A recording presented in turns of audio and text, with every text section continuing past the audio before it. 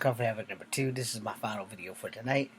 So, I haven't finished my martial art anthology, and I'm still searching for black female martial artists that are well known from the 70s, 80s, and 90s. And I have come into the biggest clusterfuck ever. If I find some well-noted black actresses slash martial artists, I will love to dive into that video. I want to do a deep dive into it because as a martial artist, it would be nice to know. I mean, I can point out a fuck ton of Asian female martial artists and white female martial artists. And on the top of that list, I don't care what anybody says, for my white female favorite martial artists will always be Cynthia Rothrock and Kathy Long. Now, I've known Cynthia Rothrock a little longer than Kathy Long. Kathy Long has maybe 3 or 4 movies under her belt where she starred in the movies, and 2 or 3 movies where she co-stars as a thug or so in a couple of Cynthia Rothrock movies, where Cynthia Rothrock has starred in a lot of movies or co-starred in a lot of movies, just depends. Before she started in her starring roles or whatever, she was co-starring. The very first movie I saw her in, and I was damn near smitten by her beauty, was the second No Retreat, No Surrender. And it killed me because, spoiler alert, she died in it. And I was mad as hell. And I was like, man. But she died a hero. But she still died, which fucking sucked. But after I saw her again in China O'Brien, Lady Dragon 2, Rage and Honor, I can go on and on. You can tell I'm a fan. And Cynthia Rothrock, I know you produce films. And I need a job. So, if you want to give me a shot, fly my ass out to California. Probably in the summertime because I'm still in school right now. But I'm available. We can make movies. I'm ready to go. I've been ready to go for the last 19 years. I just never had a great break. Anyway, Kathy Long's done some movies.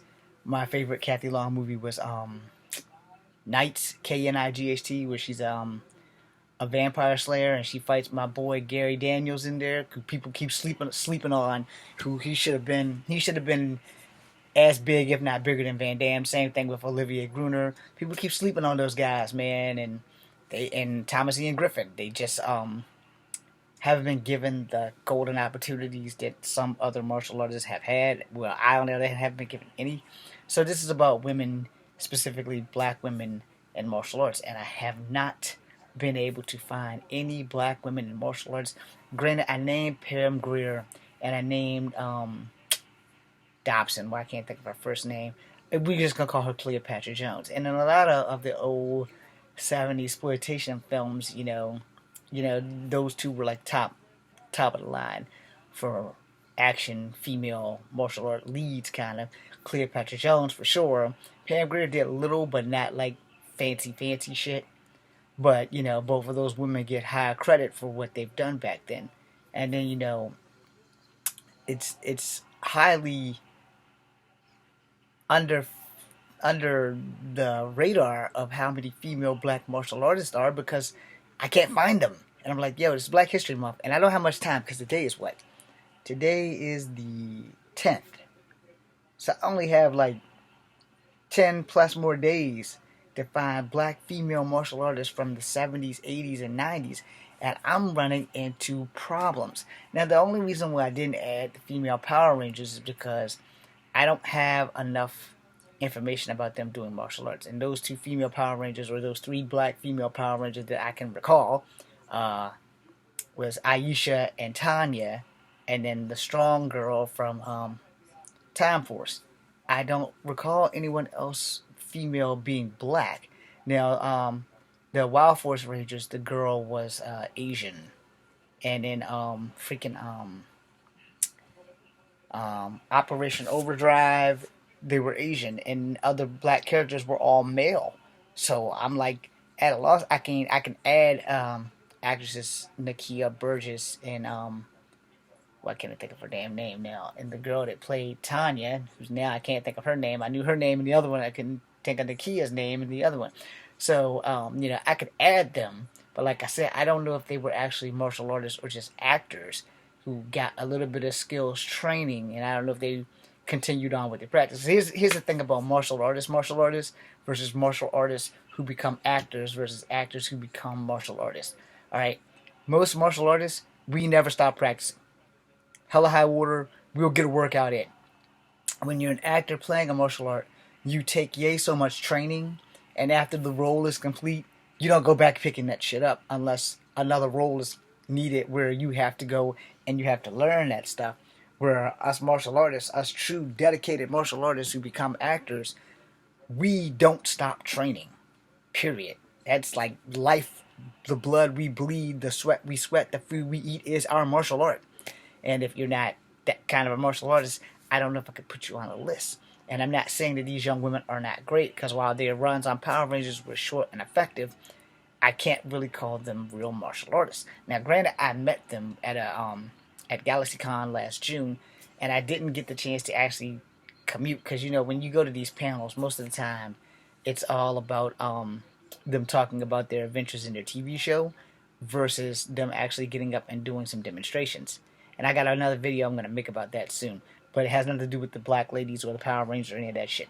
But the most important thing is that I don't want to put the wrong people on the list and have them like, well, I'm really not a martial artist, I'm just an actor.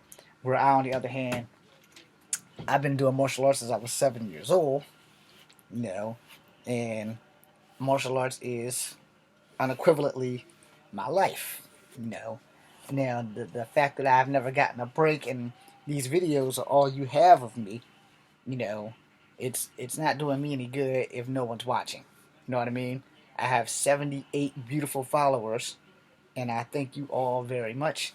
If you guys know some black martial artists that are female from the 70s, 80s, and 90s, and if you know more information about the two young black Power Ranger, females that I mentioned, that would be great for you to shoot me a response here so that I can Google them, do a follow-up.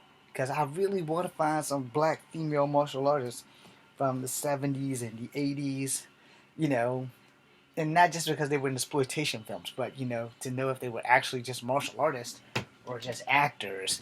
And if they are just actors, I'll still add them. Honestly, I would still just add them because of the simple fact that it takes a lot of people to span the martial arts. And for young women of color, it's such a rare thing unless they're actually like from Brazil, because most young women of color who do capoeira are generally from Brazil. You rarely catch too many American females of color doing capoeira. I'm not counting double dutch. I'm not counting wrestling, even though wrestling is a martial art, and I could definitely add some female wrestlers in there, but not so many black female wrestlers outside of Ember Moon and Kira Hogan.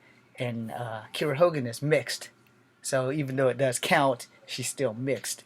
And for the effective of it just being about Black History Month, even though I'm mixed, I would prefer for it to just be about people who are black. That way people can finally say, James finally did a video that was pro-black.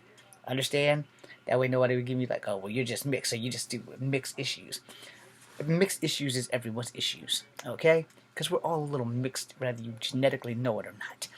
That being said, anyone who can find me some information on black female martial artists, shoot me a line here, or hit me up on my Facebook channel. It's got my actual name, which you can find a link or some shit in this thing. I don't really know how this thing works. But anyway, hit me up. Kung Fu Havoc number 2, be seeing you.